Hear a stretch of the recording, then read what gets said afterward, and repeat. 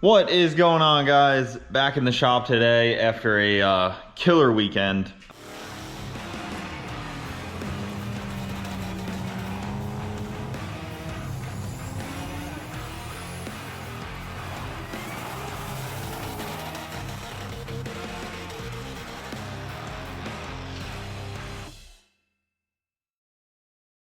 The car obviously was fighting us, but that's a new build. You know, this is literally the second race out on this setup. So, I mean, things happen. Bugs need to be worked out. Parts are ordered to fix it. They should be here probably the end of the week, maybe next week. The ball is already rolling on more cage because I know I need more.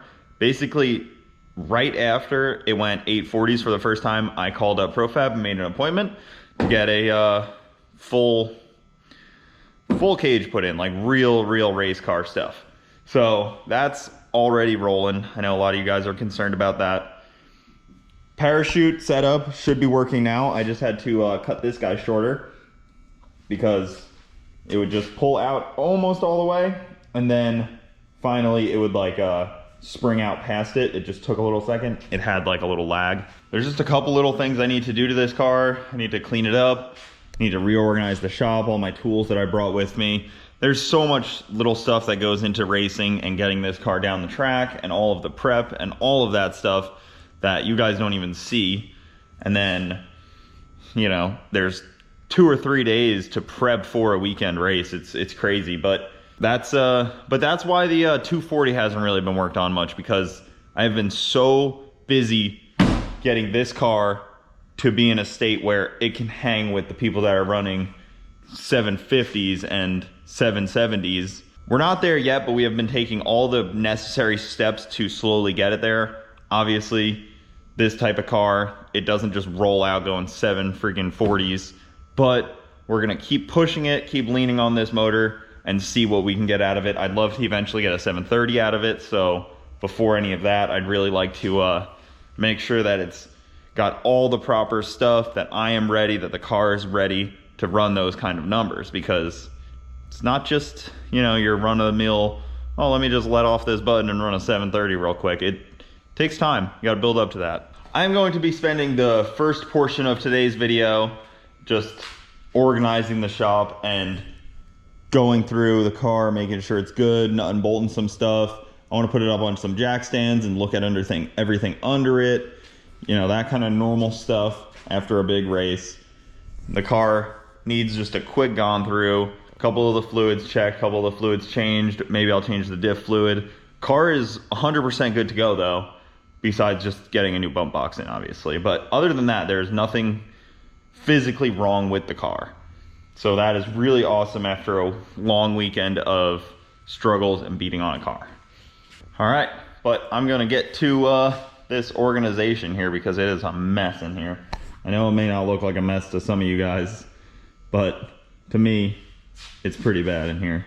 There's stuff all over and I can't stand that. So, time to fix that.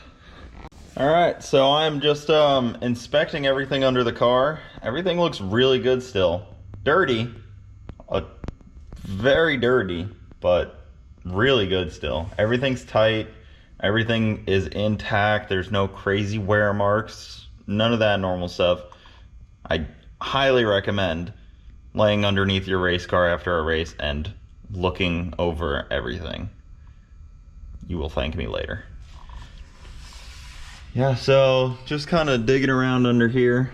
I don't know how well you guys can see this stuff. Let's show you guys the rear end first. No, those are not Harbor Freight jack stands. The 9-inch still looking exactly how I put it in there. Actually dirtier, but basically exactly how I put it in there. What else? The torque arm, that bolt hits the frame a little bit, hits the body of the car, and the torque arm does a little bit too when like the car hits like a pothole or something and the whole rear end compresses. I don't know that it's doing it when I launch. I don't think so, because it's not really that damaged. I can feel the thump when I can feel the thump a little bit when I do hit a pothole or something, which is normal. I mean, it's not that big of a deal. When I launch, I don't want the car to squat. I want it to separate in the rear, so that should not be a problem at all. Yeah, there's a ton of grime under here. All the fuel lines look good still. None of these have like any wear marks on them. Fuel pump still looks good, nice and clean. Nothing's hitting that clearly. Fuel lines all the way up to the front look good. All the wiring looks good. Brake lines look good. All this stuff that should be checked over pretty regularly. Nothing is bent down here. Yeah, all this stuff. Like, I kind of worry about these bending just because you never know. I mean, the anti-roll bar could bend, which is actually a pretty common thing when you hit these cars with a lot of power, but this one's pretty tough. All the Heim joints are tight. The lock nuts are tight on all of them. All of these nuts and bolts are grade 8 hardware with nylock on them, so that's good. So you can tell easily if they're starting to loosen, because I mean, it's tough to loosen a nylock nut, but they do, you know. A lot of rattling happens on a car like this. But yeah, everything's looking great.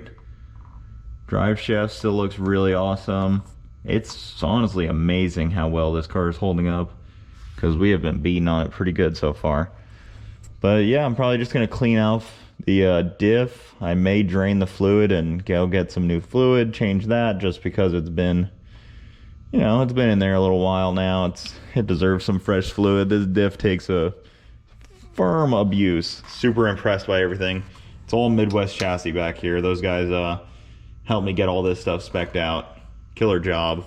Really happy with all that stuff. So, all right, now on to the next thing to inspect. All right, time to do a gear change. Picked up some 75 W140 gear oil, synthetic, whatever, something like that. I'm gonna drain this old oil, this old gear oil, and see how it looks. I'm very curious. Oh yeah, it's not as thick as it once was. That's for sure.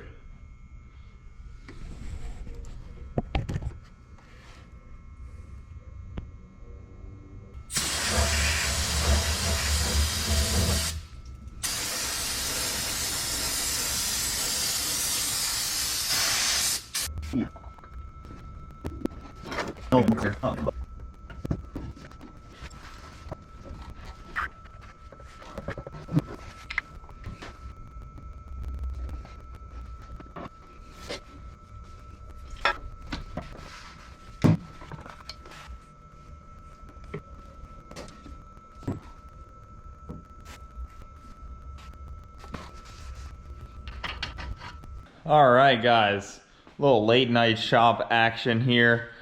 I am gonna continue wiring the 240. Slowly but surely, this car is getting there.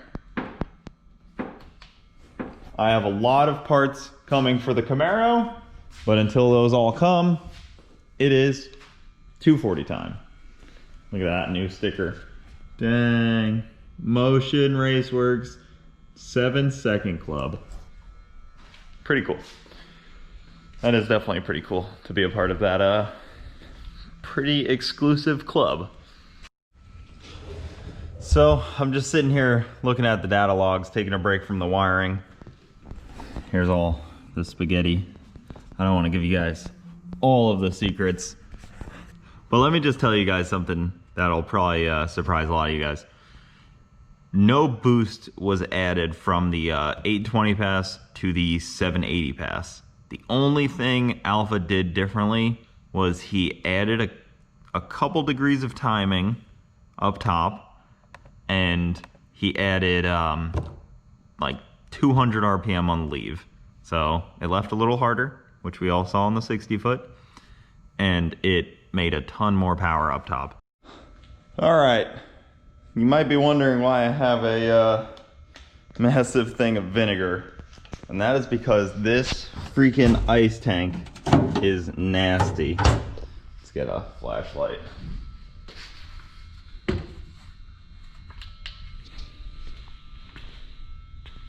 This ice tank is freaking gross. Look at that. There is sludge all over the bottom of it. I don't know what you'd call that. That's like a kind of like a mold buildup or something, some kind of sea creature of some sort. So I'm gonna try to flush it out, get as much of it out as I can, and then refill it with water. Maybe leave a little bit of vinegar in there, and I should definitely start running water wetter in this. So I'm gonna start cleaning that out. On my handy toilet brushes, I know they've never been used on an actual toilet, but they are toilet brushes. I use them on engine bays or whatever. Used them on that engine bay before I painted it. Camaro engine bay before I painted it. They definitely help get all the gunk and grime off. So I'm gonna use it to clean out that guy. Man, that already looks a ton better. There's still like a buildup on the bottom, but that's kind of stained there, and it's kind of to be expected at this point. But the pump is a lot cleaner, the hose and everything, and the drain is cleaned out. It's so much better now.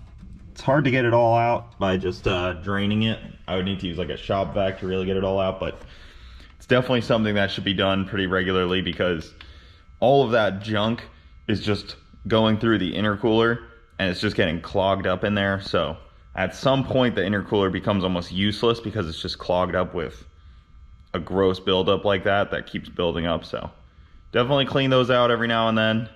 It's definitely good maintenance. Your IATs will thank you. All right, so today on the list is tackling that job that I really didn't want to tackle. Obviously I knew it was coming eventually, but it's kind of just one of those things where it's like small mistake could go very far and be a big issue. So this right here is all basically the wiring harness for that's the injectors. But this one is basically all for the throttle body. We have the fuel pressure, which is right here. So that's basically around this area. Coolant temp sensor, which is down over here on that side. We have the mass air temp, which is right there. We have the IAC, we have the throttle position sensor, and those don't really fit or look nice right here. Like this one's too long, this one's too short, this one's not long enough, this one's not long enough. So that means that I'll have to do a lot of cutting, lengthening, shortening to make it lay nicely on the motor here, because obviously this is not laying nicely. Look at that. I'll just wrap it around right there. Clean install, dude. On its way to Barrett Jackson. Here we go. That's a nice looking setup. Yeah, so basically have to do some cutting and lengthening, and all of them have like 3 wires, which makes it kind of a pain. Coolant temp only has 2, I think. Only 2 here, like 4 of them there. See why I was kind of regretting this?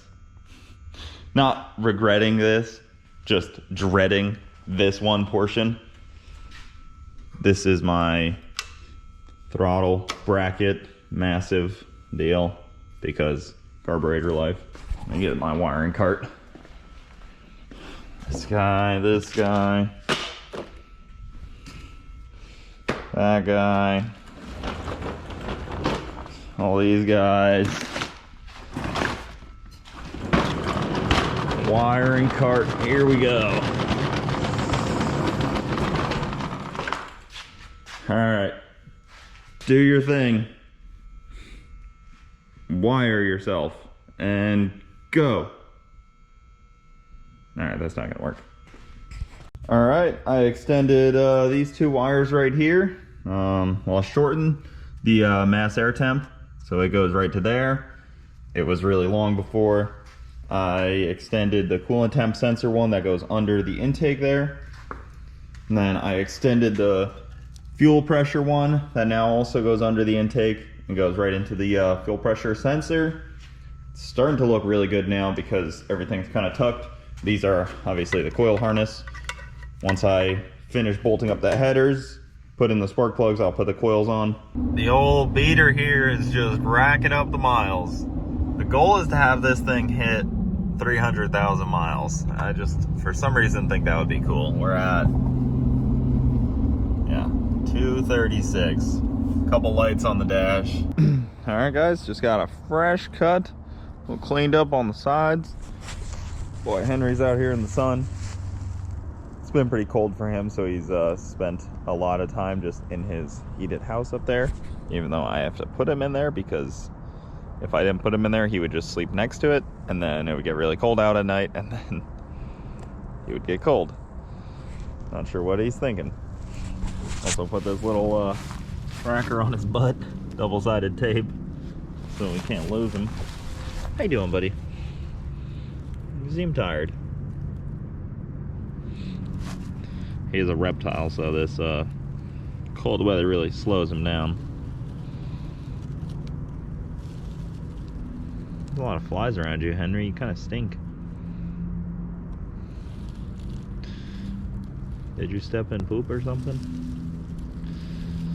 That would be unfortunate if that happened, if he dragged himself through like some dog poop, because there is some in the yard.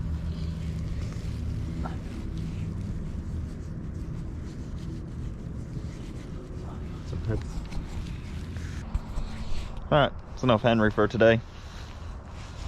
He'll keep doing his thing. Oh. Did you ever feel bad leaving your pets when they're looking at you like that?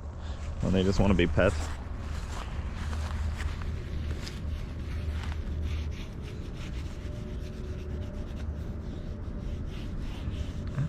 He does like being pet, but you never really know. I know, Henry, I gotta go do stuff. People want to see my cars do stuff. Bronte's got her own little project going on out here. She's spray painting these hangers. Looks like she got some overspray on the ground, but it's okay. It actually looks better than it did before. She got some overspray here, but she's doing a pretty good job. No overspray on Henry, thankfully. All right. To finish wiring up this switch panel, I installed this like starter relay in here, and this basically will be a electric kill switch. So I have basically an electric kill switch right here, and then the main kill switch right here. So both of these have to be on together for the car to work. I have a list of things that I need to order for this car, and I just kind of procrastinate, because every time I order something, it's normally for that car, because that car is the fun one to drive at the moment. Until this one's at a more complete state, I'll probably start pushing on it a lot harder, but until then, I just kind of work on it in between doing stuff for the Camaro. And I have a lot of stuff coming for the Camaro, like so much stuff, it's insane, honestly. There's so much new things that we're gonna be doing to it, so much new safety measures, so many awesome things. I'm really excited for 2021 racing this car, because you guys aren't even ready for how awesome it's gonna be, honestly. Me and Bronte have some engagement photos to go to, so I'll bring you guys along for that too. All right, I'll see you guys in a little bit. What's going on, guys? I know you can hear the sweet sound of the Tahoe's tires humming in your ears, and you're probably surprised because your boy is in a button down, and all the way down, not just a collared that goes like a little bit ways down. Me and Bronte are going to take some engagement photos. What is it, 12 months after we got engaged? Oh. Doesn't she look so pretty? Aww. It's like 5 months after we got engaged, and we're finally going to take some official engagement photos. Yes. It's been a while, because some of you guys probably don't even know that we are actually engaged. We have been engaged for a few months now. We are engaged. So you want to show them the ring? Look at that pretty rock. Wow. We killed it. Wow. Yep, so we're going to take some photos. I forgot my sunglasses, so there's going to be a bunch of just squinty, me covering my eyes. There's a thing in Cooper's family, it's called the Bogetti squint. Yeah. It's the Bogetti squid. It's more of like a this though. It's just like one eye. Like a pirate. So that's what we're going to do. Anything else, Bronte? Just texting away? My stomach hurts. I think I'm nervous. I don't know why you're nervous. You take pictures of me all the time. No, with like a photographer. I don't know. I get nervous. She's nervous. Alright guys, well that'll do it. Maybe I'll show you guys the place we're doing it at. We won't have the photos for a little while, so I won't be able to like put them here, but if you guys want to see the photos, I'll include them at the end of one of the other videos. Let me know. Oh, those yellow lights.